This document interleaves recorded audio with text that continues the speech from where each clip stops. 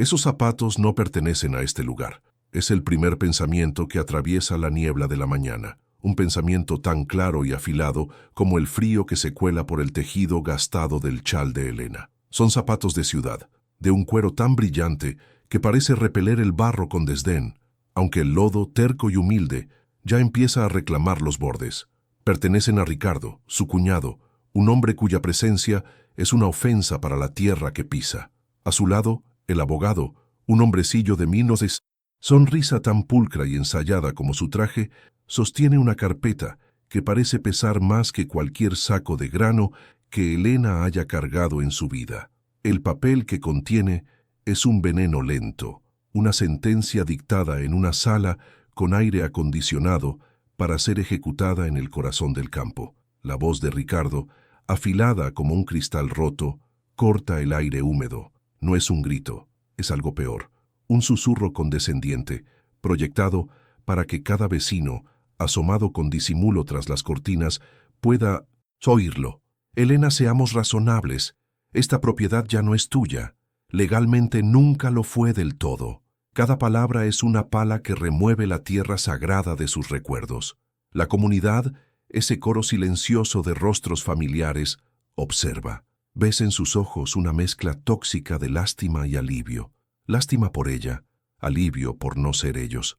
Su silencio es un muro que la aísla, convirtiendo su porche en un escenario y su dolor en un espectáculo público.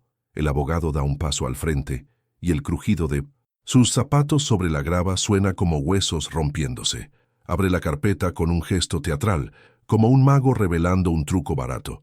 Según el registro de la propiedad y la ausencia de un testamento que especifique lo contrario, don Ricardo es el único heredero de sangre de su difunto hermano. Usted, señora, era su esposa, pero sin descendencia. La ley es clara. La ley. Una palabra extraña y ajena en un lugar donde los pactos se sellaban con un apretón de manos y la palabra valía más que cualquier firma. La ley de los hombres de ciudad, una herramienta para despojar a los que solo conocen la ley de la tierra. Sembrar, cuidar, cosechar. Ricardo sonríe, una mueca torcida que no llega a sus ojos. Se acerca un paso más, invadiendo el espacio sagrado del porche, el mismo donde ella y Antonio vieron incontables atardeceres.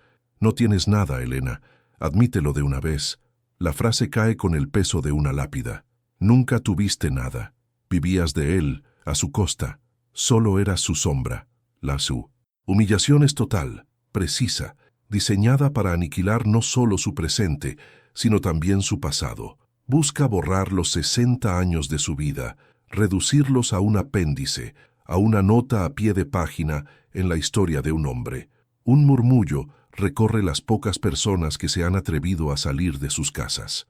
No es de apoyo, es de sorpresa, de morbo. Elena permanece inmóvil. Sus manos, agrietadas y fuertes, se aferran al pequeño baúl de madera que contiene su vida entera. Un par de fotografías, el reloj de bolsillo de Antonio, las cartas que se escribieron cuando él tuvo que ir a la capital por trabajo. Son objetos sin valor monetario, pero que pesan más que todo el oro del mundo.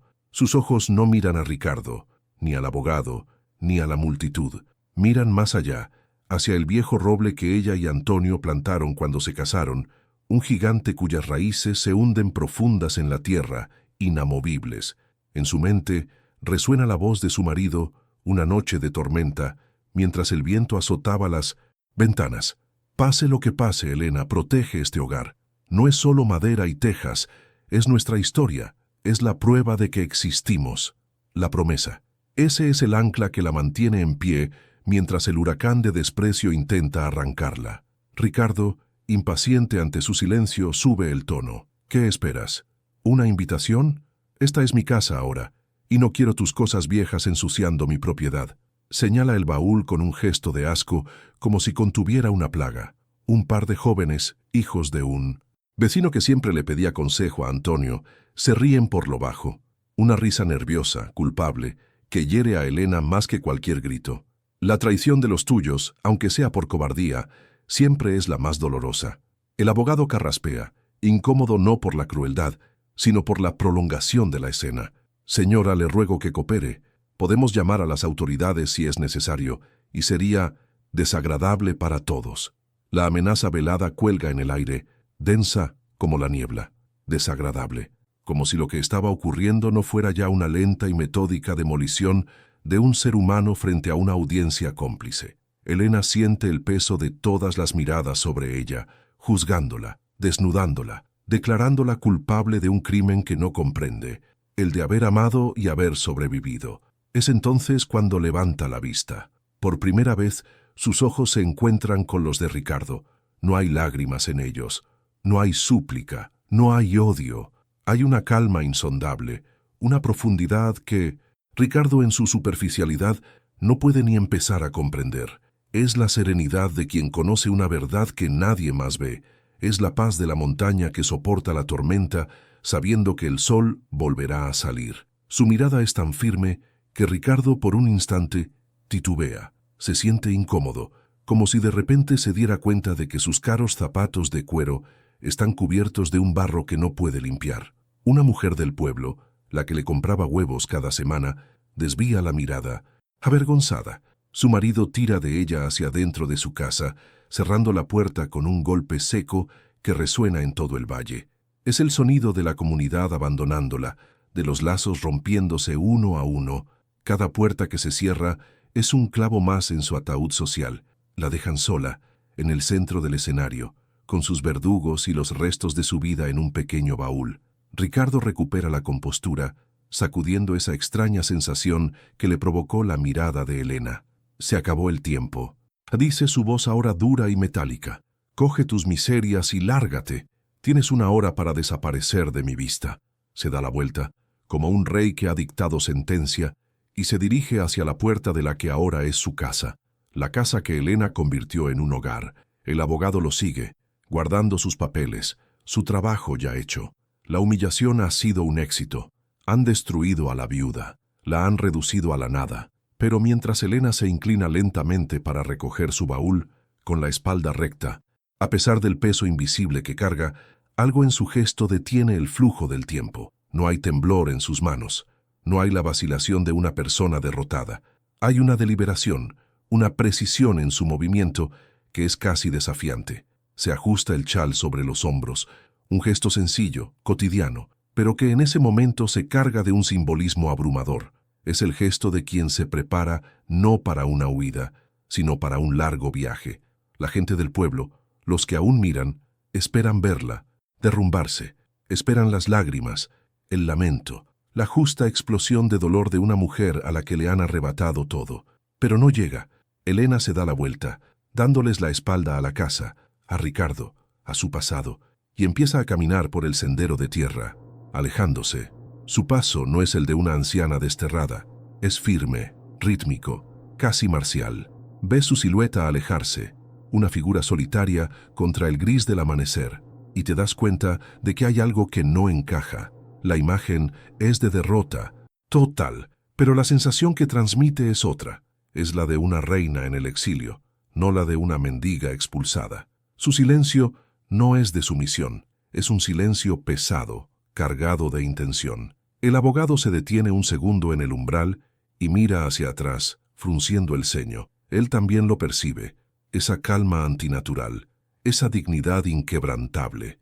Es como si Elena supiera algo que ellos ignoran, como si estuviera guardando una carta, la última y más importante, para jugarla en otro momento. Ricardo, ya dentro de la casa, se ríe a carcajadas, un sonido hueco que profana la paz del hogar. Está celebrando su victoria, ciego a la verdadera naturaleza de la batalla. Cree que ha ganado la guerra, cuando en realidad solo ha ganado la primera escaramuza. No sabe que la herencia más valiosa de Antonio no era la tierra, era la mujer que ahora camina hacia el horizonte. Y mientras la ves desaparecer en la bruma, una pregunta se instala en el aire, tan persistente como el olor a tierra mojada. ¿Por qué no llora? ¿Por qué no lucha?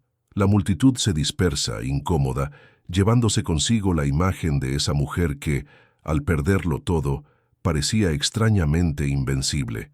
El silencio que Elena deja a su paso no es de rendición, es el silencio que precede a la tormenta. El camino se convierte en un borrón de barro y hojas muertas bajo sus pies. Cada paso es un acto de fe, una negación del vacío que se abre a su espalda. La casa, su casa, se encoge en la distancia hasta ser una mancha borrosa en la niebla. Un recuerdo que ya empieza a doler. Elena no mira atrás. Mirar atrás es admitir la derrota, y ella, aunque despojada de todo, se niega a sentirse derrotada. El frío no es solo del amanecer, es un frío que le nace de dentro, del hueco que han dejado las palabras de Ricardo, del silencio de sus vecinos, un frío que amenaza con congelar la promesa que le late en el pecho, el último rescoldo de calor que le queda. Su destino es el viejo granero, la única estructura que Ricardo, en su ciego desdén por todo lo que oliera a trabajo y a tierra, había ignorado. Un lugar olvidado, carcomido por el tiempo y la humedad, pero que ahora, para ella, representa la única soberanía posible, la del exilio. Al empujar la pesada puerta de madera, un quejido largo y lastimero resuena en el silencio. Dentro el aire es denso, cargado con el aroma fantasmal del heno seco, el cuero viejo y la tierra dormida. Unas pocas herramientas de Antonio, las que ella pudo coger en su huida silenciosa, descansan en un rincón, cubiertas por una fina capa de polvo, como reliquias de un tiempo más noble. La luz se filtra a través de las grietas del techo, en haces diagonales, iluminando millones de partículas danzantes, pequeños universos suspendidos en el abandono. Este será su palacio, este santuario de polvo y recuerdos será su fortaleza. No es la casa que juró proteger, pero es la tierra. Y la tierra, Antonio siempre se lo decía, tiene memoria. La tierra no olvida a quien la ha trabajado con amor. Mientras el sol intenta sin éxito atravesar el manto de nubes, Elena se sienta sobre un fardo de paja, el pequeño baúl a sus pies. El cansancio, un monstruo que había mantenido a raya con pura voluntad, empieza a reclamar su cuerpo. Cierra los ojos y la imagen de Antonio aparece, nítida y poderosa. No es un recuerdo triste, es una presencia. Lo ve hace años, una noche de tormenta furiosa, cuando los relámpagos iluminaban sus rostros preocupados y el viento aullaba como un animal herido. Él le había cogido las manos, sus manos grandes y cálidas envolviendo las suyas. Pase lo que pase, Elena. Su voz era un ancla en medio del caos, profunda y serena. Protege este hogar. No es solo madera y tejas, es nuestra historia, es la prueba de que existimos. Ella asintió, sellando el pacto no con palabras, sino con una mirada que lo contenía todo. Protegeré nuestra historia, Antonio. Lo haré. La promesa resuena en el granero vacío, llenando el espacio con un propósito sagrado. No es una carga, es su única posesión verdadera. Ricardo le ha quitado las paredes, el techo, los muebles, pero no puede quitarle eso. No puede arrebatarle el juramento que une su alma a la de su marido, un lazo más fuerte que cualquier escritura de propiedad, más antiguo que cualquier ley escrita por hombres de ciudad. Esta comprensión le da una fuerza que no sabía que tenía. El dolor de la humillación empieza a transformarse en algo distinto, algo más afilado y resistente. La determinación. Ya no se trata de sobrevivir, se trata de honrar. Y para honrar a Antonio debe resistir. A media mañana, el sonido de un motor de coche rompe la paz del campo. Elena se asoma por una de las rendijas de la pared del granero. Es Ricardo. No está solo. Lo acompañan dos hombres con trajes que parecen aún más fuera de lugar que los suyos. Caminan por la propiedad, gesticulando, señalando. Ricardo ríe, una risa expansiva y arrogante que viaja por el aire y golpea a Elena como una bofetada. Está vendiendo la tierra. No, peor. La está desmembrando, troceándola para extraños que solo ven metros cuadrados y oportunidades de negocio, no los surcos que ella y Antonio abrieron con sus propias manos, no el lugar donde enterraron a su perro fiel, no el rincón donde soñaron con los hijos que nunca llegaron. La rabia, una emoción que creía enterrada bajo capas de dolor, emerge como un volcán, una rabia fría y lúcida. Siente el impulso de salir, de gritarles que son profanadores, que están pisando suelo, sagrado, pero otra voz más profunda y sabia la detiene. Es la voz de Antonio de nuevo, un recuerdo de una tarde, sentados en el porche, mientras veían a dos vecinos discutir a gritos por los lindes de sus tierras. Nunca discutas con un ignorante, Elena, le dijo Antonio sin apartar la vista de la escena. Él te llevará a su terreno, el del ruido y la furia, y allí te vencerá por experiencia. Tu silencio, a veces, es el arma más poderosa. Los deja sin saber qué piensas, sin poder anticipar. Tu siguiente movimiento. El silencio como estrategia. El silencio como escudo y como espada. Ricardo y sus compradores se acercan al granero. Él se detiene y lo señala con un gesto de desprecio. Y esta vieja ruina la derribaremos la semana que viene. Imaginen aquí una piscina o quizás una pista de tenis. Uno de los hombres asiente, sonriendo. El otro mira la estructura con una expresión indescifrable. Ricardo, en un alarde de poder, le da una patada a la puerta. El eco resuena dentro, sacudiendo el mundo de Elena. ¿Quién sabe qué alimañas vivirán ahí dentro? Se ríen, y en esa risa, Elena comprende la verdadera naturaleza de su cuñado. No es solo codicia, es una necesidad patológica de borrarla, de aniquilar cada vestigio de su existencia y la de Antonio, porque su vida sencilla y digna era un espejo que le devolvía el reflejo de su propia vacuidad. Ellos se alejan y el silencio regresa, pero ahora es diferente. Está cargado de una nueva tensión. Elena sabe que el tiempo se agota. La promesa de proteger su hogar ahora tiene un plazo. El sonido de una excavadora que se acerca. Se levanta y empieza a moverse por el granero con una nueva energía. Debe encontrar algo, una solución, una esperanza. Su mirada recorre las herramientas de Antonio.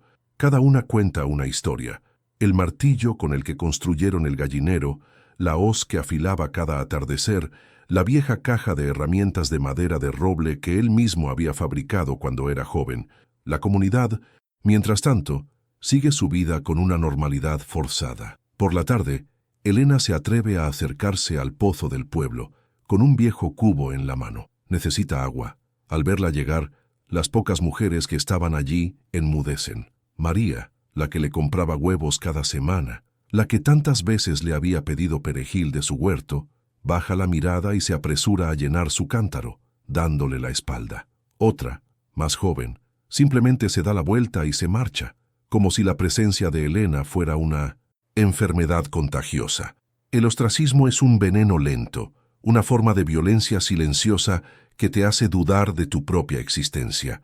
La dejan sola junto al pozo, un fantasma en su propio pueblo. La humillación ya no es solo de Ricardo, ahora es colectiva. De vuelta en la soledad del granero, el frío de la noche empieza a calar. El hambre es un nudo en su estómago.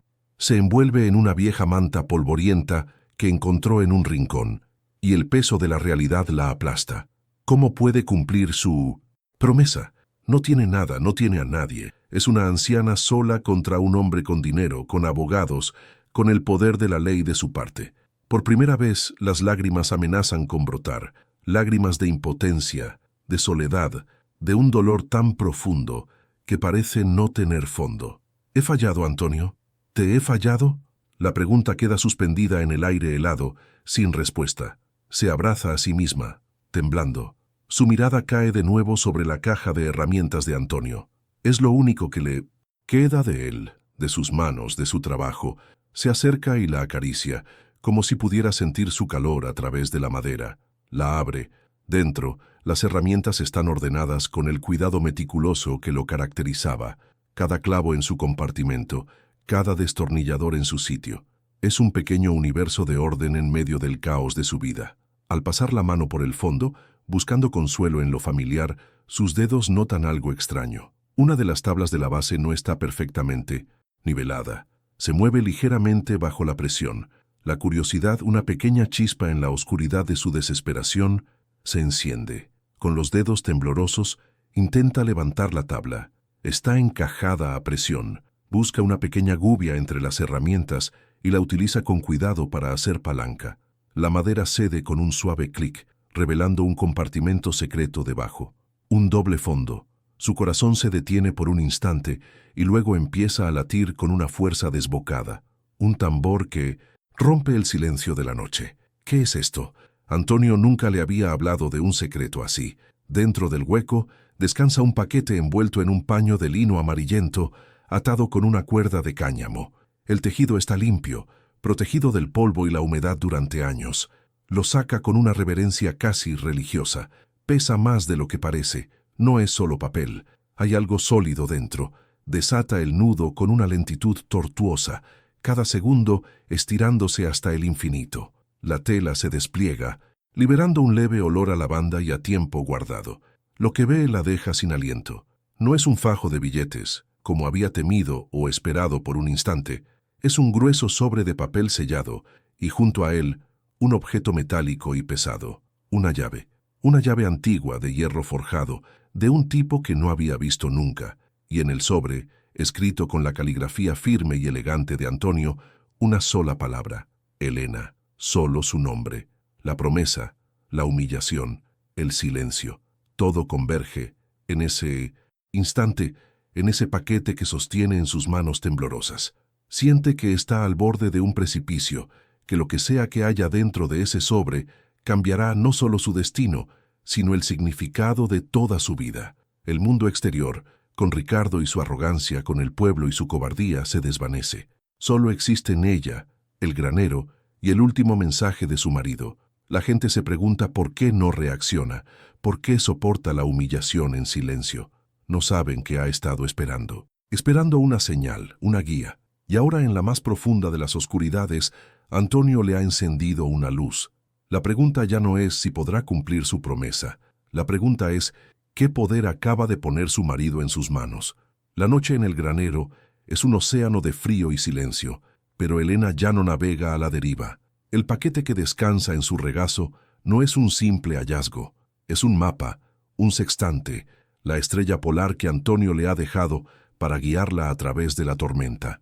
Lo aprieta contra su pecho, sintiendo el peso del metal y el papel, y por primera vez desde que Ricardo profanó su porche, una calma gélida y afilada se asienta en su alma.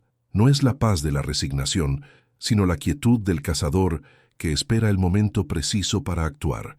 El dolor no ha desaparecido, se ha transformado, se ha cristalizado en un propósito tan claro y duro como un diamante. No abrirá el sobre todavía. El conocimiento de su existencia es, por ahora, su única armadura y su arma más letal. La primera lección que Antonio le enseñó, no con palabras, sino con el ejemplo de una vida entera, empieza a tomar forma en su mente. Es el primer principio de su resistencia. El poder no reside en lo que muestras, sino en lo que el adversario sabe que ocultas. Amanece un nuevo día, tan gris y desolador como el anterior, pero algo ha cambiado en el aire. Cuando Ricardo aparece, su andar es más arrogante si cabe, como si la victoria de ayer le hubiera conferido un título nobiliario. Se acerca al granero, esperando encontrarla acurrucada en un rincón, rota en lágrimas, suplicando clemencia. En cambio, la encuentra de pie junto a la entrada, barriendo el umbral con una escoba de ramas secas, un gesto de normalidad tan desafiante que lo descoloca por completo. No hay rastro de desesperación en su rostro, solo una serenidad insondable. Él se detiene, una mueca de desdén torciendo sus labios. Veo que te has acomodado en la posilga. Te sienta bien. Siempre supuse que acabarías entre el estiércol. La ofensa es directa, brutal, diseñada para provocar una reacción, para arrastrarla a su nivel. Aquí es donde Elena aplica el segundo principio, uno que había aprendido observando la paciencia de la tierra, el silencio estratégico. No responde, no levanta la vista de su tarea, simplemente sigue barriendo, con movimientos lentos y deliberados. Su silencio no es vacío, es un muro, un espejo que devuelve a Ricardo su propia fealdad. Él espera un grito, una súplica, una explosión de rabia que le confirme su poder sobre ella, pero no recibe nada. Su silencio lo absorbe todo, lo anula, lo convierte en un niño malcriado que patalea en medio de un escenario vacío. La ausencia de reacción es la reacción más poderosa. Lo desnuda, lo deja solo con el eco de su propia crueldad. ¿No tienes nada que decir, vieja bruja?, insiste, su voz subiendo de tono, delatando la primera grieta en su fachada de control. Elena se detiene, levanta la vista lentamente y sus ojos se clavan en los suyos. No hay odio ni miedo en ellos, solo una pregunta silenciosa que él no puede soportar. ¿Eso es todo lo que tienes? Frustrado, Ricardo se marcha, pero regresa por la tarde, esta vez acompañado. Trae consigo al alcalde del pueblo, Un hombre cuya lealtad se compra con promesas de progreso y cuyo coraje se mide por la dirección en que sopla el viento. Ricardo pretende usar la autoridad para legitimar su acoso, para convertir su crueldad en un acto administrativo. Señor alcalde, comienza con voz pomposa. Como ve, esta mujer se niega a abandonar mi propiedad. Está ocupando ilegalmente esta estructura ruinosa y me preocupa que pueda ser un peligro para sí misma y para la comunidad. Intenta enmarcar la situación, pintarla a ella como una anciana senil y a él como un propietario preocupado. Es el momento de aplicar el tercer principio, el control del marco narrativo. Elena no se dirige al alcalde. Mantiene su mirada fija en Ricardo. Deja que termine su perorata, que teja su red de ginonici. Mentiras con todo el detalle que desee. Cuando por fin calla, esperando el respaldo del alcalde, Elena habla por primera vez. Su voz es baja, pero clara como el agua de un manantial, y corta el aire denso. Interesante, dice, con una calma que hiela la sangre. Continúa. La petición es tan inesperada, tan desprovista de la defensa que todos esperaban, que Ricardo titubea. El alcalde frunce el ceño, confundido. Elena vuelve a hablar, esta vez con una precisión quirúrgica. Repítelo otra vez. La parte en la que me llamas un peligro. Quiero asegurarme de que el señor alcalde lo ha entendido bien. De repente, el foco ya no está en su supuesta ocupación, está en la crueldad de las palabras de Ricardo. Ha convertido su ataque en una prueba de su propio carácter y lo ha hecho delante de un testigo oficial. Ricardo, atrapado, balbucea una excusa. El alcalde, visiblemente incómodo, murmura algo sobre la necesidad de seguir los procedimientos y se retira apresuradamente, dejando a Ricardo solo, expuesto y furioso. Ha perdido la ronda. Los días siguientes se convierten en una guerra psicológica. Elena instaura el cuarto principio, la ambigüedad deliberada. No se esconde en el granero. Se la ve caminar por los límites de la finca, con paso lento y medido. No mira la tierra con la nostalgia de quien la ha perdido, sino con la concentración de quien la está evaluando. Se detiene junto al viejo roble, apoya una mano en su corteza, se inclina para coger un puñado de tierra. Lo desmenuza entre sus dedos. Los vecinos la observan desde lejos, susurrando. Se ha vuelto loca de dolor. Está buscando un lugar donde enterrarse. Ricardo la vigila desde la ventana de la casa y la incertidumbre empieza a roerle por dentro. Sus acciones son inescrutables. No puede anticipar su siguiente movimiento y esa impotencia lo enloquece. Un enemigo que llora y grita es predecible. Un enemigo que observa, piensa y calla es aterrador. La tensión escala. Ricardo, sintiendo que pierde el control, decide atacar su corazón. Una mañana saca del porche la vieja mecedora de Antonio, la silla donde pasaron incontables atardeceres, y la hace añicos con un hacha. El sonido de la madera partiéndose es un grito en la quietud del campo. Lo hace a la vista de todos, un acto de barbarie calculado para quebrarla definitivamente. Elena lo ve todo desde la puerta del granero, y aquí, en el momento de máximo dolor, aplica el quinto y más difícil principio, la disciplina emocional. Siente cada golpe del hacha en su propio cuerpo, siente cómo los recuerdos se astillan y se convierten en leña muerta. Pero su rostro permanece impasible.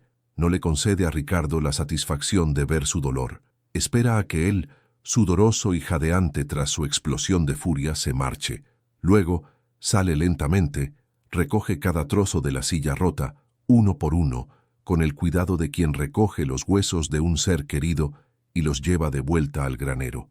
No llorar frente a tu verdugo es arrebatarle su victoria. Pero su resistencia no es solo pasiva. Estos principios no son solo un escudo, son los cimientos de un contraataque silencioso que Antonio había planeado para ella. Y el siguiente paso, el sexto principio, el de la siembra de la duda, es el que comenzará a fracturar el mundo de Ricardo desde sus cimientos. Con una determinación renovada, Elena camina hasta el pueblo. No busca compasión ni ayuda. Se dirige a la pequeña y polvorienta oficina del único abogado joven de la comarca, un recién licenciado llamado David, conocido por su idealismo y su falta de clientes importantes. No entra con el sobre secreto en la mano. Entra como una simple campesina buscando un consejo, Le plantea una situación hipotética sobre un testamento perdido y las leyes de sucesión. David, al principio, le da la respuesta estándar, la misma que el abogado de Ricardo. Pero Elena, con preguntas sencillas e incisivas, planta una semilla de duda. Y no existen excepciones, ni siquiera cuando la palabra de un hombre era su único contrato. David la despide con amabilidad, pero la semilla queda plantada en su mente legalista. Ricardo, en su arrogancia, cree que el tiempo corre a su favor. Empieza a atraer posibles inversores a la finca, hombres de ciudad con trajes caros y sonrisas depredadoras. Les muestra los campos, les habla de recalificaciones, de construir un complejo de lujo. Un día, mientras pasea con uno de ellos, se cruza con Elena. Creyéndose invulnerable frente a su audiencia, decide humillarla una vez más. Como puede ver, le dice al inversor, señalando a Elena con un gesto despectivo, estamos limpiando la propiedad de viejas reliquias. Se acerca a ella, su rostro a escasos centímetros del de ella, su aliento oliendo a café caro y a desprecio. Ya te lo dije, no eres nada. Lárgate de aquí antes de que te eche a patadas. Es entonces cuando Elena despliega el séptimo principio, el principio del espejo. No retrocede, lo mira fijamente a los ojos y con una voz apenas audible pero cargada de una autoridad inexplicable, le pregunta, ¿estás completamente seguro de que quieres decir eso? La pregunta no es una amenaza, es una invitación a la introspección, un espejo que lo obliga a confrontar la posible existencia de consecuencias que él no puede ni imaginar. El inversor los mira, incómodo, sintiendo una corriente subterránea que no comprende. Ricardo se queda sin palabras, desconcertado por esa calma que no logra romper. El punto de inflexión se acerca. La semilla que Elena plantó en la mente del joven abogado ha empezado a germinar. David, incapaz de sacudirse la extraña conversación, dedica una noche a revisar los archivos del registro de la propiedad. Encuentra el expediente de la finca. Todo parece en orden, tal y como dijo el abogado de Ricardo.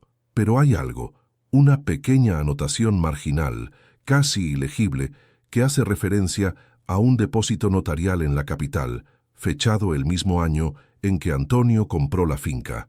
No significa nada, probablemente un trámite burocrático olvidado, pero es una anomalía, y a los abogados no les gustan las anomalías. Al día siguiente, es él quien busca a Elena.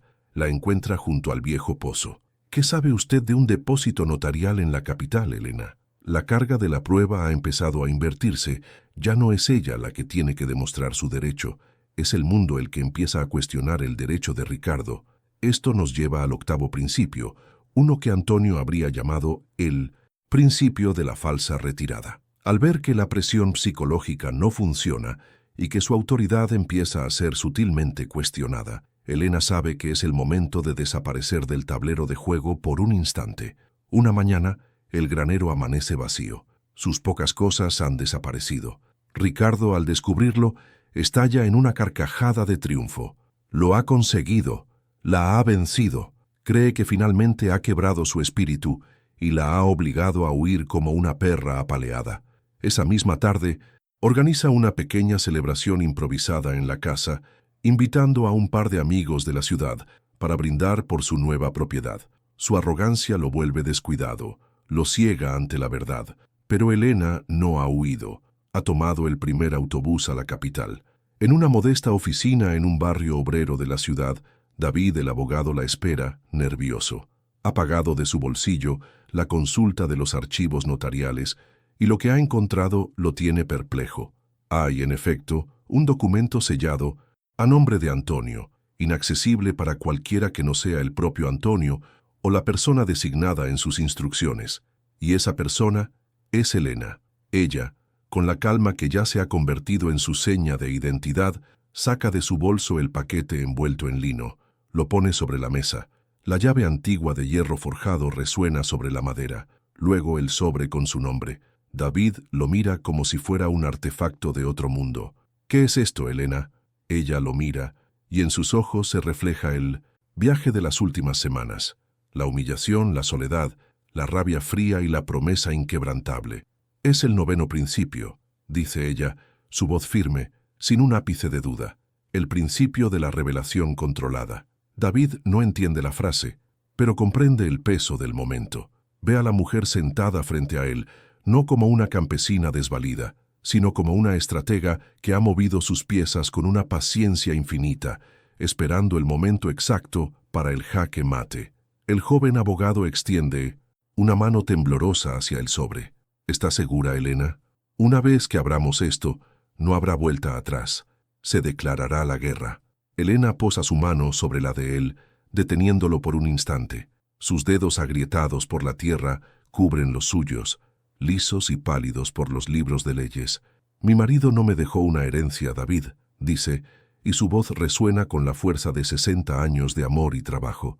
Me dejó un arma, y ha llegado el momento de que aprenda a usarla. La fiesta de Ricardo es un monumento a la arrogancia. Se celebra en el corazón de la finca, bajo una carpa blanca que parece una herida abierta en el paisaje verde. La música, un torrente de alegría falsa, se derrama por el valle, ahogando el canto de los pájaros y el susurro del viento en el viejo roble. Hombres de ciudad con trajes idénticos beben vino caro de copas que brillan bajo las luces artificiales, mientras sus esposas ríen con estridencia, evaluando la propiedad con la mirada fría de un tasador. La comunidad está allí, o al menos una parte de ella. Han venido por miedo, por curiosidad o por la simple y humana debilidad de querer estar cerca del poder, aunque ese poder sea ilegítimo y cruel. Comen los canapés, beben el vino de Ricardo y con cada bocado, con cada sorbo, se convierten en cómplices de la humillación de Elena. Ricardo es el sol en torno al cual orbitan todos estos planetas menores. Se pasea con una copa en la mano, la espalda más recta que nunca, la sonrisa permanentemente grabada en su rostro. Acepta felicitaciones, estrecha manos, habla de sus planes grandiosos. Un campo de golf aquí, un complejo de apartamentos de lujo allá. Está vendiendo un futuro que no le pertenece, sobre una tierra cuya historia desconoce por completo. El alcalde está a su lado, asintiendo a cada palabra, su rostro sonrojado por el alcohol y la obsecuencia. Es la imagen perfecta de una victoria total, la celebración del depredador sobre los restos de su presa. El aire es denso, cargado de triunfo y de una vergüenza colectiva que nadie se atreve a nombrar. Y entonces, ella aparece. No llega por el camino principal, sino que emerge del sendero que serpentea desde el granero, como si la propia tierra la hubiera parido. No va acompañada de guardias ni de fanfarrias.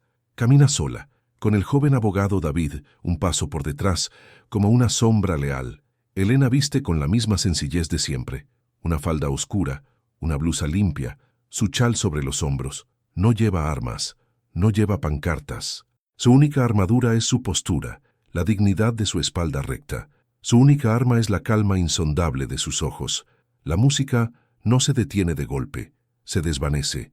Primero un violín, luego la percusión, hasta que solo queda el zumbido de un generador y el murmullo confuso de la gente. Las conversaciones se apagan, una a una, como velas en una corriente de aire. Las cabezas se giran, las copas se detienen a medio camino de los labios. El efecto es magnético, un silencio que se extiende en ondas, desde el punto en que ella se ha detenido, en el borde de la luz de la carpa. Se queda allí, inmóvil, dejando que todas las miradas caigan sobre ella. No es la víctima que regresa a suplicar, es un juez que llega para dictar sentencia.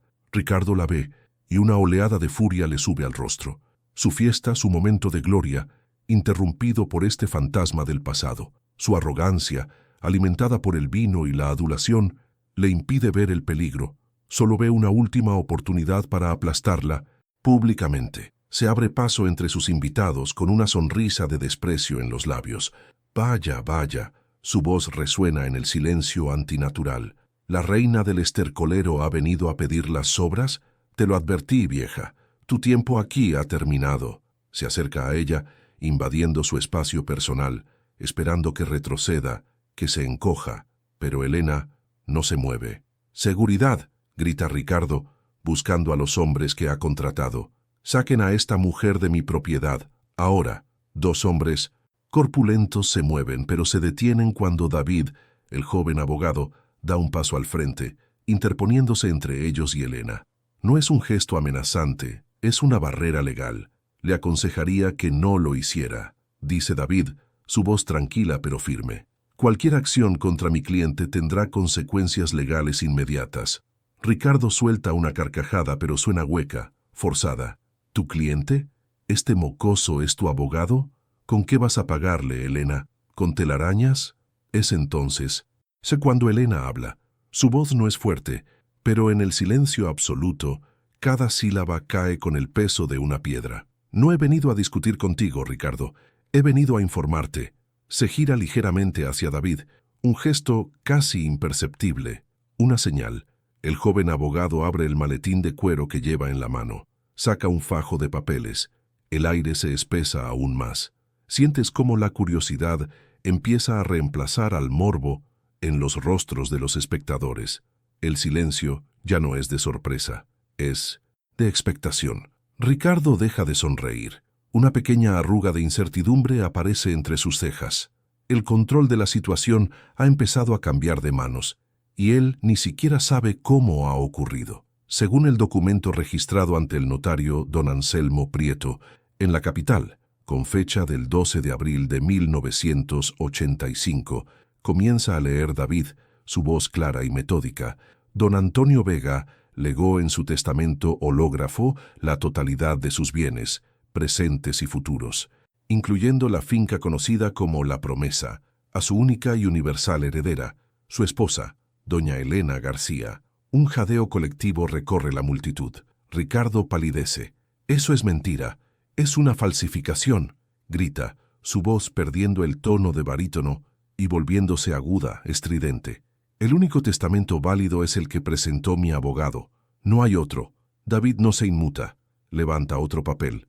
«Me temo que el documento que usted presentó fue revocado por este, que es posterior. Tenemos aquí la copia certificada y el original, depositado durante más de 30 años. Cada página está firmada por su hermano y 2 testigos». El abogado de Ricardo, que estaba en un rincón, se abre paso, sudando. Coge el papel que David le ofrece. Sus ojos recorren las líneas. Su rostro se descompone. Mira a Ricardo y niega lentamente con la cabeza. La primera pieza del castillo de naipes de Ricardo acaba de caer. La gente del pueblo, los que le dieron la espalda a Elena, ahora no saben dónde mirar. La vergüenza es un calor que les sube por el cuello. Pero la revelación no ha terminado. Esto era solo el principio. Sin embargo, continúa David, su voz adquiriendo un tono aún más solemne, la finca La Promesa es solo una pequeña parte de la herencia. Saca otro documento, mucho más grueso. Su hermano, don Antonio Vega, no era solo un agricultor. Fue durante 40 años un inversor increíblemente astuto y discreto. Ricardo lo mira como si estuviera hablando en otro idioma. ¿Inversor? ¿Antonio? Apenas sabía leer y escribir.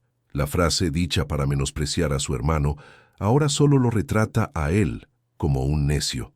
Don Antonio Vega, prosigue David ignorando la interrupción, era el propietario de un paquete de acciones fundacionales del Banco Mercantil del Norte, de varias propiedades inmobiliarias en el centro de la capital, incluyendo 2 edificios de oficinas en la Gran Vía, y de una cartera de valores diversificada, cuyo valor actual estimado supera.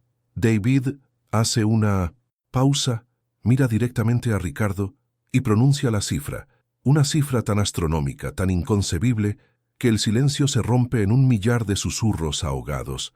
Es una cantidad de dinero que convertiría a Ricardo, con toda su pompa y sus trajes caros, en un simple mendigo en comparación. El mundo de Ricardo se derrumba en tiempo real, frente a la misma audiencia ante la que había humillado a Elena. Sus rodillas parecen a punto de ceder.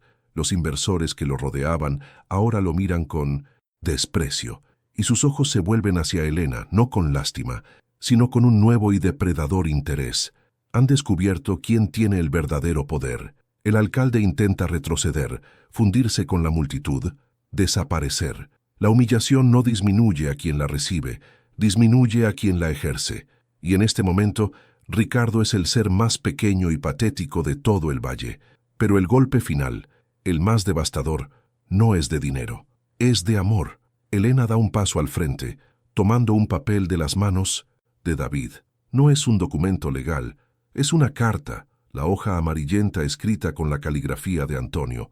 «Mi hermano nunca entendió», lee Elena, su voz temblando por primera vez, no de debilidad, sino de una emoción abrumadora, que la verdadera riqueza no está en lo que acumulas en el banco, sino en lo que construyes con tus manos y guardas en tu corazón. Dejo todo a mi Elena, no para hacerla rica, sino para protegerla de la pobreza de espíritu de los que la rodean. Sabía que mi hermano intentaría esto. Este testamento no es solo tu herencia, Elena, es su juicio final. Esa última frase cuelga en el aire, una condena inapelable. Ricardo cae de rodillas. No es un gesto teatral, es el colapso total de un hombre que acaba de perderlo todo. El dinero, la propiedad, el respeto y, lo más importante, la falsa imagen que tenía de sí mismo. Las lágrimas surcan su rostro, lágrimas de rabia, de autocompasión, de pánico. Elena, por favor, balbucea, arrastrándose hacia ella. Perdóname, soy tu familia. La misma boca que la había llamado vieja bruja y ocupa, ahora mendiga piedad. Elena lo mira desde arriba, no con triunfo, sino con una profunda y agotada tristeza. No hay placer en su victoria, solo la amarga confirmación de lo que siempre supo sobre la naturaleza de ese hombre. La multitud, avergonzada, empieza a dispersarse en silencio, huyendo de la escena como si el suelo bajo la carpa estuviera en llamas. Se van con el sabor a ceniza en la boca, con la lección imborrable de que juzgaron un libro por su cubierta gastada sin imaginar las páginas de oro que contenía. María, la mujer de los huevos, se acerca a Elena, con los ojos llenos de lágrimas de arrepentimiento. Perdóneme, Elena, perdónenos a todos. Elena simplemente asiente, demasiado exhausta para ofrecer consuelo o reproche. Su mirada se pierde en la distancia, hacia la casa que ahora es, indiscutiblemente, suya. El silencio ha regresado, pero ya no es un silencio de humillación. Es un silencio de poder. Se queda sola, en medio de los restos de la fiesta de su enemigo. Ricardo sigue sollozando en el suelo, una figura rota. David espera a su lado, en silencio, respetando la enormidad del momento. Elena sostiene en sus manos no solo la prueba de su riqueza, sino el poder absoluto sobre el destino de cada persona que la ha herido. La promesa a Antonio está cumplida. El hogar está a salvo. Pero una nueva pregunta, pesada y abrumadora, se instala en su corazón mientras la noche cae sobre su valle recuperado. Ahora que tiene el poder de destruir o de perdonar, ¿qué hará con él? La justicia ha sido revelada, pero la sentencia aún está por dictarse. El silencio que desciende sobre la carpa es más pesado que cualquier grito. Es un silencio espeso, lleno de vergüenza, de arrepentimiento y de la cruda revelación de la verdad. Los invitados, aquellos que habían reído y bebido el vino de la humillación, se escabullen como sombras, incapaces de sostener la mirada de la mujer que, minutos antes, consideraban una reliquia insignificante.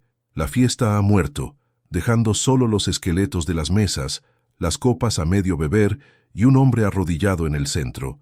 Ricardo, cuyo llanto no es de remordimiento, sino de la aniquilación total de su ego. Ya no es el lobo, es solo un cordero desollado ante la mirada de todos. Elena lo observa desde una altura que no es física, sino moral. No hay un ápice de triunfo en su rostro, solo el profundo cansancio de quien ha librado una guerra que nunca quiso empezar. Pasa a su lado sin dirigirle una palabra, porque el silencio es ahora el castigo más elocuente. Su juicio ha terminado. Ya no es un adversario, ni siquiera un enemigo. Se ha convertido en lo que él siempre temió ser, irrelevante. Un fantasma en una tierra que ya no le pertenece, ni siquiera en sus sueños más codiciosos. Su presencia ya no define el espacio. Es ella, Elena, quien con su sola existencia redefine la atmósfera, convirtiendo el aire en algo sagrado y denso, algo que solo se puede respirar con respeto. Se detiene en el umbral de la casa, el mismo del que fue expulsada. David, el joven letrado, permanece a una distancia prudente, comprendiendo que este es un momento que le pertenece solo a ella. Elena posa la mano sobre el marco de madera de la puerta, sintiendo el grano familiar bajo sus dedos agrietados. Es el mismo gesto que hizo Antonio el día que terminaron de construirla. Al cruzar el umbral, el hogar parece exhalar un suspiro de alivio. La luz del interior la recibe no como a una extraña, sino como a un alma que regresa a su cuerpo. El olor a leña, a pan horneado en el recuerdo, a la vida que fue y que volverá a ser, la envuelve en un abrazo. La promesa está cumplida, el santuario está a salvo. A la mañana siguiente el sol se alza sobre el valle como una bendición. Elena no duerme. Al amanecer ya está en pie, no limpiando los restos de la fiesta de Ricardo, sino restaurando el orden de Antonio. Barre el porche, no con la furia de quien limpia una ofensa, sino con la paz de quien cuida lo suyo. La comunidad en su despertar la ve. Ya no hay susurros, no hay miradas de lástima. Hay un silencio reverencial. Los coches pasan más despacio frente a su finca. La gente del pueblo, cuando se cruza con ella en el camino al mercado, baja la cabeza en un gesto que es mitad saludo, mitad penitencia. Nadie se atreve a hablarle sin que ella hable primero. Se corrigen a sí mismos antes de que una palabra equivocada pueda salir de sus labios. Se ha vuelto intocable, no por su recién descubierta fortuna, sino por la disciplina inquebrantable que demostró cuando no tenía nada. María, la mujer que le negó la mirada junto al pozo, se acerca a su puerta con una cesta de los mejores huevos de su corral. No se atreve a llamar, simplemente la deja en el escalón y se retira. Es una ofrenda, una disculpa silenciosa. Elena la ve desde la ventana. No siente rencor, solo una profunda comprensión de la fragilidad humana. Más tarde, recibe una carta del alcalde, escrita con una caligrafía temblorosa, llena de excusas y alabanzas serviles, ofreciendo cualquier recurso del ayuntamiento para corregir el lamentable malentendido. Elena lee la carta y la usa para encender el fuego de la chimenea. No necesita sus disculpas, no necesita su validación, su juicio no depende de la opinión de los demás. David la visita unos días después con una carpeta llena de cifras vertiginosas y estrategias legales. Habla de maximizar beneficios, de acciones punitivas contra Ricardo, de vender las propiedades de la capital. Elena lo escucha con paciencia, sentada en la mecedora de Antonio, que ha empezado a reconstruir pieza por pieza. Cuando él termina, ella le sonríe con una serenidad que lo desarma. Antonio no acumuló dinero, David, sembró semillas, y ahora es mi turno de cosechar, pero no para mí. Le explica su plan. No venderá nada. Creará una fundación con el nombre de Antonio Vega. Una fundación para ayudar a los jóvenes agricultores de la comarca, para que no tengan que abandonar la tierra que aman por falta de recursos. Usará el dinero para reconstruir la vieja escuela del pueblo, para financiar un centro de salud digno, para garantizar que nadie en ese valle vuelva a sentirse tan solo y abandonado como ella se sintió. David la mira, asombrado. Entiende que no está frente a una simple heredera, sino frente a una líder. La verdadera riqueza de Antonio no estaba en las acciones del banco, estaba en el carácter de la mujer que eligió para compartir su vida. Mientras le detalla su visión, Elena se detiene un momento, mirando a través de la ventana hacia el viejo roble. Mi marido siempre decía que la vida te enseña dos lecciones cruciales. La primera es que quien se explica se somete, y quien observa reina. He observado suficiente el dolor de esta comunidad. Ahora sé lo que hay que hacer. Su voz es la de alguien que ha trascendido la lucha personal para abrazar un propósito mayor. Ya no se trata de su hogar, se trata del alma de todo el valle. Los meses pasan. La finca, la promesa, florece como nunca. El viejo granero ya no es un refugio de exiliados, sino el centro de operaciones de la Fundación Vega, un lugar lleno de vida, de proyectos, de esperanza. La presencia de Elena lo impregna todo. No da órdenes, su ejemplo es suficiente. Se ha convertido en la matriarca silenciosa de la comunidad, una figura de respeto inquebrantable. Su transformación es completa. Ya no es la sombra de nadie, es la luz que guía a los demás. Un día, mientras camina por el pueblo, ve a Ricardo. No lo han expulsado, simplemente se ha vuelto invisible. Trabaja cargando sacos en el almacén del molino, el único trabajo que pudo encontrar. Su espalda está encorvada, sus caros zapatos de ciudad han sido reemplazados por unas botas gastadas y cubiertas de polvo.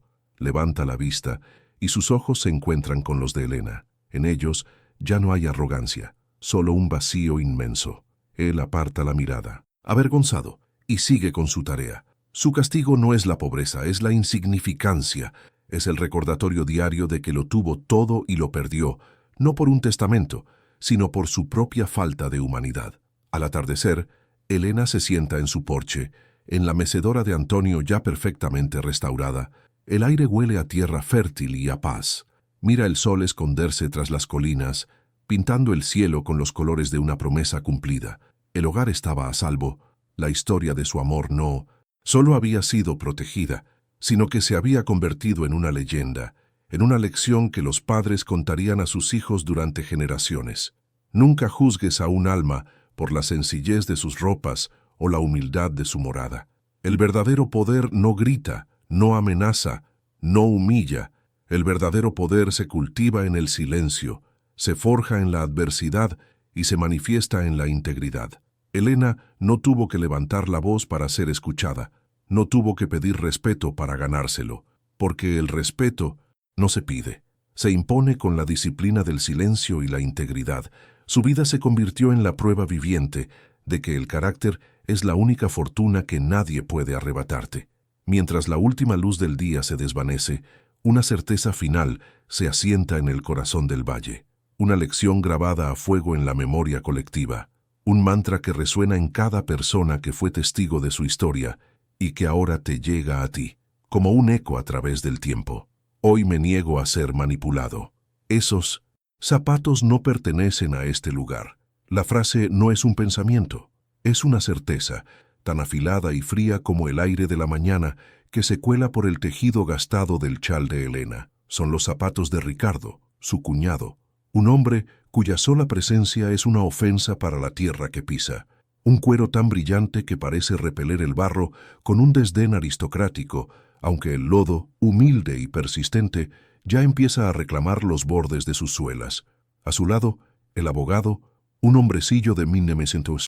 Sonrisa tan pulcra y ensayada como su traje, sostiene una carpeta que parece pesar más que cualquier saco de grano que Elena haya cargado en su vida.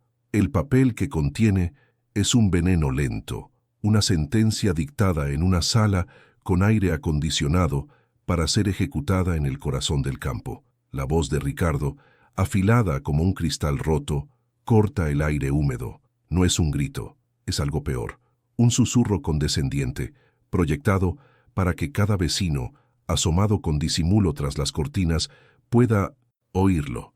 Elena, seamos razonables. Esta propiedad ya no es tuya. Legalmente nunca lo fue del todo. Cada palabra es una pala que remueve la tierra sagrada de sus recuerdos, el suelo donde yacen enterradas décadas de risas, de trabajo y de amor compartido con Antonio. La comunidad, ese coro silencioso de rostros familiares, observa. Ves en sus ojos una mezcla tóxica de lástima y alivio. Lástima por ella, alivio por no ser ellos. Su silencio es un muro que la aísla, convirtiendo su porche en un escenario y su dolor en un espectáculo público. El abogado da un paso al frente, y el crujido de sus zapatos sobre la grava suena como huesos rompiéndose. Abre la carpeta con un gesto teatral, como un mago revelando un truco barato. Según el registro de la propiedad y la ausencia de un testamento que especifique lo contrario, don Ricardo es el único heredero de sangre de su difunto hermano. Usted, señora, era su esposa, pero sin descendencia. La ley es clara. La ley, una palabra extraña y ajena en un lugar donde los pactos se sellaban con un apretón de manos, y la palabra valía más que cualquier firma. La ley de los hombres de ciudad, una herramienta para despojar a los que solo conocen la ley de la tierra, sembrar, cuidar, cosechar. Ricardo sonríe, una mueca torcida que no llega a sus ojos. Se acerca un paso más, invadiendo el espacio sagrado del porche, el mismo donde ella y Antonio vieron incontables atardeceres. No tienes nada, Elena, admítelo de una vez. La frase cae con el peso de una lápida. Nunca tuviste nada, vivías de él a su costa, solo eras su sombra. La humillación es total, precisa, diseñada para aniquilar no solo su presente, sino también su pasado. Busca borrar los 60 años de su vida, reducirlos a un apéndice, a una nota a pie de página en la historia de un hombre. Un murmullo recorre las pocas personas que se han atrevido a salir de sus casas. No es de apoyo, es de sorpresa, de morbo. Elena permanece inmóvil. Sus manos, agrietadas y fuertes, se aferran al pequeño baúl de madera que contiene su vida entera, un par de fotografías, el reloj de bolsillo de Antonio, las cartas que se escribieron cuando él tuvo que ir a la capital por trabajo, son objetos sin valor monetario, pero que pesan más que todo el oro del mundo. Sus ojos no miran a Ricardo, ni al abogado, ni a la multitud. Miran más allá, hacia el viejo roble que ella y Antonio plantaron cuando se casaron, un gigante cuyas raíces se hunden profundas en la tierra, inamovibles. En su mente resuena la voz de su marido, una noche de tormenta, mientras el viento azotaba las ventanas. Pase lo que pase, Elena, protege este hogar. No es solo madera y tejas, es nuestra historia, es la prueba de que existimos. La promesa, ese es el ancla que la mantiene en pie mientras el huracán de desprecio intenta arrancarla. Ricardo, impaciente ante su silencio, sube el tono. ¿Qué esperas? ¿Una invitación? Esta es mi casa ahora, y no quiero tus cosas viejas ensuciando mi propiedad. Señala el baúl con un gesto de asco, como si contuviera una plaga. Un par de jóvenes hijos de un vecino que siempre le pedía consejo a Antonio se ríen por lo bajo, una risa nerviosa, culpable, que hiere a Elena más que cualquier grito. La traición de los tuyos, aunque sea por cobardía, siempre es la más dolorosa. El abogado carraspea, incómodo no por la crueldad, sino por la prolongación de la escena. Señora, le ruego que coopere. Podemos llamar a las autoridades si es necesario, y sería desagradable para todos. La amenaza velada cuelga en el aire, densa como la niebla. Desagradable, como si lo que estaba ocurriendo no fuera ya una lenta y metódica demolición de un ser humano frente a una audiencia cómplice. Elena siente el peso de todas las miradas sobre ella, juzgándola, desnudándola, declarándola culpable de un crimen que no comprende, el de haber amado y haber sobrevivido. Es entonces cuando levanta la vista. Por primera vez, sus ojos se encuentran con los de Ricardo. No hay lágrimas en ellos, no hay súplica, no hay odio. Hay una calma insondable, una profundidad que Ricardo, en su superficialidad, no puede ni empezar a comprender. Es la serenidad de quien conoce una verdad que nadie más ve. Es la paz de la montaña que soporta la tormenta sabiendo que el sol volverá a salir. Su mirada es tan firme que Ricardo por un instante titubea. Se siente incómodo, como si de repente se diera cuenta de que sus caros zapatos de cuero están cubiertos de un barro que no puede limpiar. Una mujer del pueblo, la que le compraba huevos cada semana, desvía la mirada, avergonzada. Su marido tira de ella hacia dentro de su casa, cerrando la puerta con un golpe seco que resuena en todo el valle. Es el sonido de la comunidad abandonándola, de los lazos rompiéndose uno a uno. Cada puerta que se cierra es un clavo más en su ataúd social. La dejan sola, en el centro del escenario, con sus verdugos y los restos de su vida en un pequeño baúl. Ricardo recupera la compostura, sacudiendo esa extraña sensación que le provocó la mirada de Elena. Se acabó el tiempo, dice, su voz ahora dura y metálica. Coge tus miserias y lárgate. Tienes 1 hora para desaparecer de mi vista. Se da la vuelta, como un rey que ha dictado sentencia, y se dirige hacia la puerta de la que ahora es su casa, la casa que Elena convirtió en un hogar. El abogado lo sigue, guardando sus papeles, su trabajo ya hecho. La humillación ha sido un éxito. Han destruido a la viuda, la han reducido a la nada. Pero mientras Elena se inclina lentamente para recoger su baúl, con la espalda recta a pesar del peso invisible que carga, algo en su gesto detiene el flujo del tiempo. No hay temblor en sus manos. No hay la vacilación de una persona derrotada. Hay una deliberación, una precisión en su movimiento que es casi desafiante. Se ajusta el chal sobre los hombros, un gesto sencillo, cotidiano, pero que en ese momento se carga de un simbolismo abrumador. Es el gesto de quien se prepara no para una huida, sino para un largo viaje. La gente del pueblo, los que aún miran, esperan verla derrumbarse, esperan las lágrimas, el lamento, la justa explosión de dolor de una mujer a la que le han arrebatado todo. Pero no llega. Elena se da la vuelta, dándoles la espalda a la casa, a Ricardo, a su pasado, y empieza a caminar por el sendero de tierra, alejándose. Su paso no es el de una anciana desterrada. Es firme, rítmico, casi marcial. Ves su silueta alejarse, una figura solitaria contra el gris del amanecer, y te das cuenta de que hay algo que no encaja. La imagen es de derrota total, pero la sensación que transmite es otra. Es la de una reina en el exilio, no la de una mendiga expulsada. Su silencio no es de sumisión, es un silencio pesado, cargado de intención. El abogado se detiene un segundo en el umbral y mira hacia atrás, frunciendo el ceño. Él también lo percibe. Esa calma antinatural, esa dignidad inquebrantable. Es como si Elena supiera algo que ellos ignoran, como si estuviera guardando una carta, la última y más importante, para jugarla en otro momento. Ricardo, ya dentro de la casa, se ríe a carcajadas, un sonido hueco que profana la paz del hogar. Está celebrando su victoria, ciego a la verdadera naturaleza de la batalla. Cree que ha ganado la guerra, cuando en realidad solo ha ganado la primera escaramuza. No sabe que la herencia más valiosa de Antonio no era la tierra, era la mujer que ahora camina hacia el horizonte. Y mientras la ves desaparecer en la bruma, una pregunta se instala en el aire, tan persistente como el olor a tierra mojada. ¿Por qué no llora? ¿Por qué no lucha? La multitud se dispersa, incómoda, llevándose consigo la imagen de esa mujer que, al perderlo todo, parecía extrañamente invencible. El silencio que Elena deja a su paso no es de rendición, es el silencio que precede a la tormenta. El camino se convierte en un borrón de barro y hojas muertas bajo sus pies. Cada paso es un acto de fe, una negación del vacío que se abre a su espalda. La casa, su casa, se encoge en la distancia hasta ser una mancha borrosa en la niebla, un recuerdo que ya empieza a doler. Elena no mira atrás. Mirar atrás es admitir la derrota, y ella, aunque despojada de todo, se niega a sentirse derrotada. El frío no es solo del amanecer, es un frío que le nace de dentro, del hueco que han dejado las palabras de Ricardo, del silencio de sus vecinos. Un frío que amenaza con congelar la promesa que le late en el pecho, el último rescoldo de calor que le queda. Su destino es el viejo granero, la única estructura que Ricardo, en su ciego desdén por todo lo que oliera a trabajo y a tierra, había ignorado.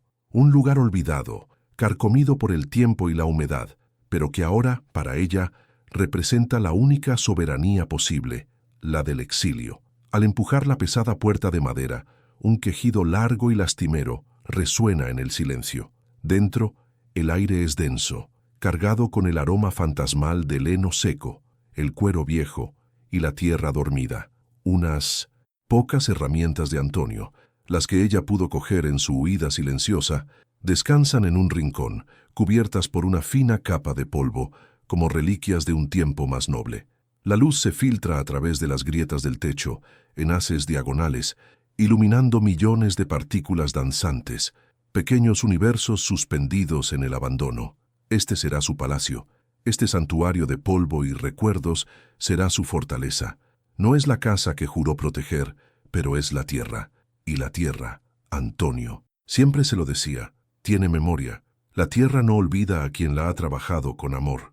Mientras el sol intenta sin éxito atravesar el manto de nubes, Elena se sienta sobre un fardo de paja, el pequeño baúl a sus pies. El cansancio, un monstruo que había mantenido a raya con pura voluntad, empieza a reclamar su cuerpo. Cierra los ojos y la imagen de Antonio aparece, nítida y poderosa. No es un recuerdo triste, es una presencia. Lo ve hace años, una noche de tormenta furiosa, cuando los relámpagos iluminaban sus rostros preocupados y el viento aullaba como un animal herido. Él le había cogido las manos, sus manos grandes y cálidas envolviendo las suyas. Pase lo que pase, Elena. Su voz era un ancla en medio del caos, profunda y serena. Protege este hogar. No es solo madera y tejas, es nuestra historia, es la prueba de que existimos. Ella asintió, sellando el pacto no con palabras, sino con una mirada que lo contenía todo. Protegeré nuestra historia, Antonio. Lo haré. La promesa resuena en el granero vacío, llenando el espacio con un propósito sagrado. No es una carga, es su única posesión verdadera. Ricardo le ha quitado las paredes, el techo, los muebles. Pero no puede quitarle eso. No puede arrebatarle el juramento que une su alma a la de su marido, un lazo más fuerte que cualquier escritura de propiedad, más antiguo que cualquier ley escrita por hombres de ciudad. Esta comprensión le da una fuerza que no sabía que tenía. El dolor de la humillación empieza a transformarse en algo distinto, algo más afilado y resistente. La determinación. Ya no se trata de sobrevivir, se trata de honrar, y para honrar a Antonio, debe resistir. A media mañana, el sonido de un motor de coche rompe la paz del campo. Elena se asoma por una de las rendijas de la pared del granero. Es Ricardo. No está solo. Lo acompañan dos hombres con trajes que parecen aún más fuera de lugar que los suyos. Caminan por la propiedad, gesticulando, señalando. Ricardo ríe, una risa expansiva y arrogante que viaja por el aire y golpea a Elena como una bofetada. Está vendiendo la tierra. No, peor, la está desmembrando, troceándola para extraños que solo ven metros cuadrados y oportunidades de negocio, no los surcos que ella y Antonio abrieron con sus propias manos, no el lugar donde enterraron a su perro fiel, no el rincón donde soñaron con los hijos que nunca llegaron. La rabia, una emoción que creía enterrada bajo capas de dolor, emerge como un volcán, una rabia fría y lúcida. Siente el impulso de salir, de gritarles que son profanadores, que están pisando suelo sagrado, pero otra voz, más profunda y sabia, la detiene. Es la voz de Antonio, de nuevo, un recuerdo de una tarde, sentados en el porche, mientras veían a dos vecinos discutir a gritos por los lindes de sus tierras. «Nunca discutas con un ignorante, Elena», le dijo Antonio, sin apartar la vista de la escena. «Él te llevará a su terreno, el del ruido y la furia, y allí te vencerá por experiencia. Tu silencio, a veces, es el arma más poderosa. Los deja sin saber qué piensas, sin poder anticipar tu siguiente movimiento. El silencio como estrategia, el silencio como escudo y como espada». Ricardo y sus compradores se acercan al granero. Él se detiene y lo señala con un gesto de desprecio. «Y esta vieja ruina la derribaremos la semana que viene. Imaginen aquí una piscina, o quizás una pista de tenis». Uno de los hombres asiente, sonriendo. El otro mira la estructura con una expresión indescifrable. Ricardo, en un alarde de poder, le da una patada a la puerta. El eco resuena dentro, sacudiendo el mundo de Elena. ¿Quién sabe qué alimañas vivirán ahí dentro? Se ríen, y en esa risa, Elena comprende la verdadera naturaleza de su cuñado. No es solo codicia, es una necesidad patológica de borrarla, de aniquilar cada vestigio de su existencia y la de Antonio, porque su vida sencilla y digna era un espejo que le devolvía el reflejo de su propia vacuidad. Ellos se alejan, y el silencio regresa. Pero ahora es diferente. Está cargado de una nueva tensión. Elena sabe que el tiempo se agota. La promesa de proteger su hogar ahora tiene un plazo. El sonido de una excavadora que se acerca. Se levanta y empieza a moverse por el granero con una nueva energía. Debe encontrar algo, una solución, una esperanza. Su mirada recorre las herramientas de Antonio. Cada una cuenta una historia. El martillo con el que construyeron el gallinero, la hoz que afilaba cada atardecer, la vieja caja de 1900. Herramientas de madera de roble que él mismo había fabricado cuando era joven. La comunidad, mientras tanto, sigue su vida con una normalidad forzada. Por la tarde, Elena se atreve a acercarse al pozo del pueblo con un viejo cubo en la mano. Necesita agua. Al verla llegar, las pocas mujeres que estaban allí enmudecen. María, la que le compraba huevos cada semana, la que tantas veces le había pedido perejil de su huerto, baja la mirada y se apresura a llenar su cántaro, dándole la espalda. Otra, más joven, simplemente se da la vuelta y se marcha, como si la presencia de Elena fuera una enfermedad contagiosa. El ostracismo es un veneno lento, una forma de violencia silenciosa que te hace dudar de tu propia existencia. La dejan sola junto al pozo, un fantasma en su propio pueblo. La humillación ya no es solo de Ricardo, ahora es colectiva. De vuelta en la soledad del granero, el frío de la noche empieza a calar. El hambre es un nudo en su estómago. Se envuelve en una vieja manta, polvorienta que encontró en un rincón, y el peso de la realidad la aplasta. ¿Cómo puede cumplir su promesa? No tiene nada, no tiene a nadie. Es una anciana sola contra un hombre con dinero, con abogados, con el poder de la ley de su parte. Por primera vez, las lágrimas amenazan con brotar, lágrimas de impotencia, de soledad, de un dolor tan profundo que parece no tener fondo. ¿He fallado, Antonio? ¿Te he fallado? La pregunta queda suspendida en el aire helado, sin respuesta. Se abraza a sí misma temblando. Su mirada cae de nuevo sobre la caja de herramientas de Antonio. Es lo único que le queda de él, de sus manos, de su trabajo. Se acerca y la acaricia, como si pudiera sentir su calor a través de la madera. La abre. Dentro, las herramientas están ordenadas con el cuidado meticuloso que lo caracterizaba. Cada clavo en su compartimento, cada destornillador en su sitio. Es un pequeño universo de orden en medio del caos de su vida. Al pasar la mano por el fondo, buscando consuelo en lo familiar, sus dedos notan algo extraño. Una de las tablas de la base no está perfectamente nivelada. Se mueve ligeramente bajo la presión. La curiosidad, una pequeña chispa en la oscuridad de su desesperación, se enciende.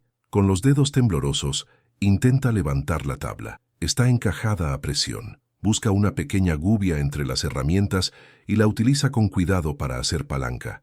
La madera cede con un suave clic, revelando un compartimento secreto debajo, un doble fondo. Su corazón se detiene por un instante y luego empieza a latir con una fuerza desbocada, un tambor que rompe el silencio de la noche. ¿Qué es esto? Antonio nunca le había hablado de un secreto así. Dentro del hueco descansa un paquete envuelto en un paño de lino amarillento, atado con una cuerda de cáñamo. El tejido está limpio, protegido del polvo y la humedad durante años. Lo saca con una reverencia casi religiosa. Pesa más de lo que parece. No es solo papel, hay algo sólido dentro. Desata el nudo con una lentitud tortuosa, cada segundo estirándose hasta el infinito. La tela se despliega, liberando un leve olor a lavanda y a tiempo guardado. Lo que ve la deja sin aliento. No es un fajo de billetes, como había temido o esperado por un instante. Es un grueso sobre de papel sellado y junto a él un objeto metálico y pesado. Una llave antigua, de hierro forjado, de un tipo que no había visto nunca. Y en el sobre, escrito con la caligrafía firme y elegante de Antonio, una sola palabra: Elena. Solo su nombre, la promesa, la humillación, el silencio. Todo converge en ese instante, en ese paquete que sostiene en sus manos temblorosas.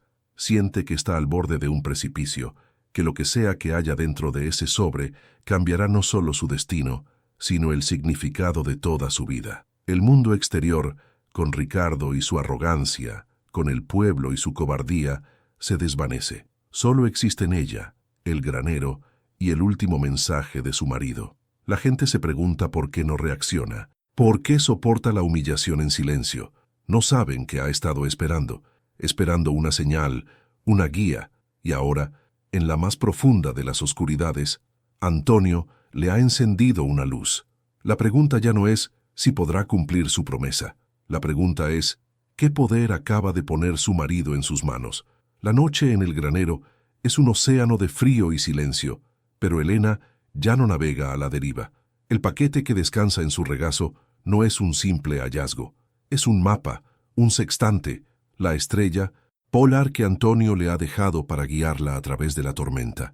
Lo aprieta contra su pecho, sintiendo el peso del metal y el papel, y por primera vez desde que Ricardo profanó su porche, una calma gélida y afilada se asienta en su alma. No es la paz de la resignación, sino la quietud del cazador que espera el momento preciso para actuar. El dolor no ha desaparecido, se ha transformado. Se ha cristalizado en un propósito tan claro y duro como un diamante. No abrirá el sobre todavía. El conocimiento de su existencia es por ahora su única armadura y su arma más letal. La primera lección que Antonio le enseñó, no con palabras, sino con el ejemplo de una vida entera, empieza a tomar forma en su mente. Es el primer principio de su resistencia.